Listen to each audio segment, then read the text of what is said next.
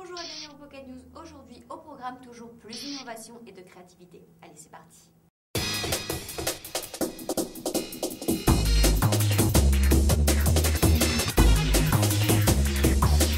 Depuis hier et ce jusqu'à samedi, la capitale slovène accueille la conférence internationale intitulée L'Europe, le monde et l'humanité au XXIe siècle.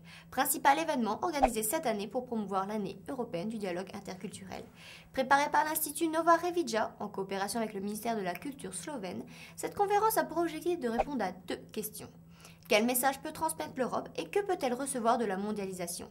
Jan Figel, commissaire en charge de l'éducation, de la formation, de la culture et de la jeunesse, ainsi que 18 autres personnalités reconnues de 10 pays européens seront présents pour y répondre. Le GPS américain aura bien son alternative européenne. Le feu vert nécessaire pour le lancement du projet Galileo a été donné lundi dernier.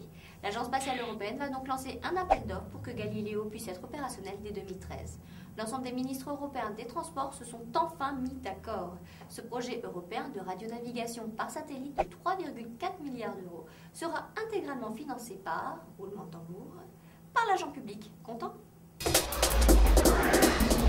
Les Européens font confiance aux Suisses, mais dommage que l'inverse ne soit pas également vrai. Pourtant bien ancrée au milieu de l'Union, la Suisse refuse toujours catégoriquement d'y adhérer. Michael Reiterer, chef de la délégation de la Commission européenne pour la Suisse, a essayé au cours d'une conférence à Genève d'expliquer les relations uniques, intenses mais complexes qui lient la Suisse et l'Union européenne, proches d'un point de vue géographique, culturel, politique et économique. 150 traités les unissent, mais le bilatérisme suffit largement aux Helvètes. Alors difficile de comprendre quel rôle ils souhaitent avoir en Europe dans les années à venir.